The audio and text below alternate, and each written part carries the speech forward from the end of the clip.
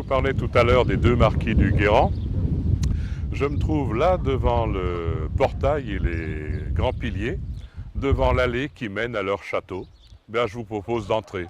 Portail, ouvre-toi. Eh bien, nous sommes donc dans cette allée qui conduit au château du marquis du Guérand. Et j'aime autant vous dire qu'on a de la chance d'être au début du XXIe siècle et dans le régime d'un état de droit. Parce que ici même, dans les années 1650, on n'aurait pas pu y mettre le pied. Et à double titre d'ailleurs. Reportons-nous à cette époque-là. Imaginons que derrière moi, j'entends tout à coup le son d'une cloche.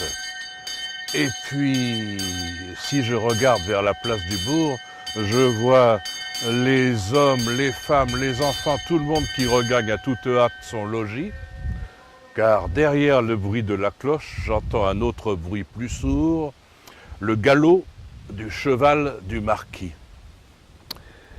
Et celui-là, quand il arrive, il s'agit du premier marquis du Guérand, tout le monde se cache, tout le monde a peur de lui, car c'est un être féroce.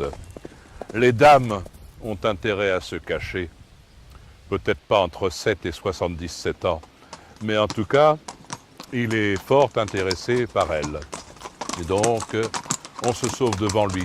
Les hommes, pour peu que vous ayez une tête qui lui déplaisait, dit-on, il vous envoyait quelques coups de fouet à travers la figure. Il en a laissé des souvenirs, notre marquis Vincent du Parc de Locmaria, marquis du Guérand, depuis 1637, je vous l'ai dit tout à l'heure.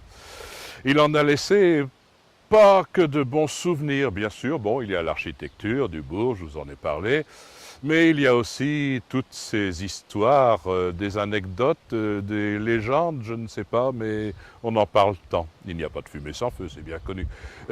Par exemple, eh bien, dans ces années où il était au repos, après ses campagnes militaires, il lui arrivait d'écumer les bals de la région. Et dans le Barzaz Braise, le recueil des contes et des chansons des bardes de Bretagne, on trouve une chanson qui nous parle du marquis. Il va dans un bal, non loin d'ici, à 1 kilomètre environ, et là il rencontre une belle jeune femme dont il s'est épris depuis quelques jours.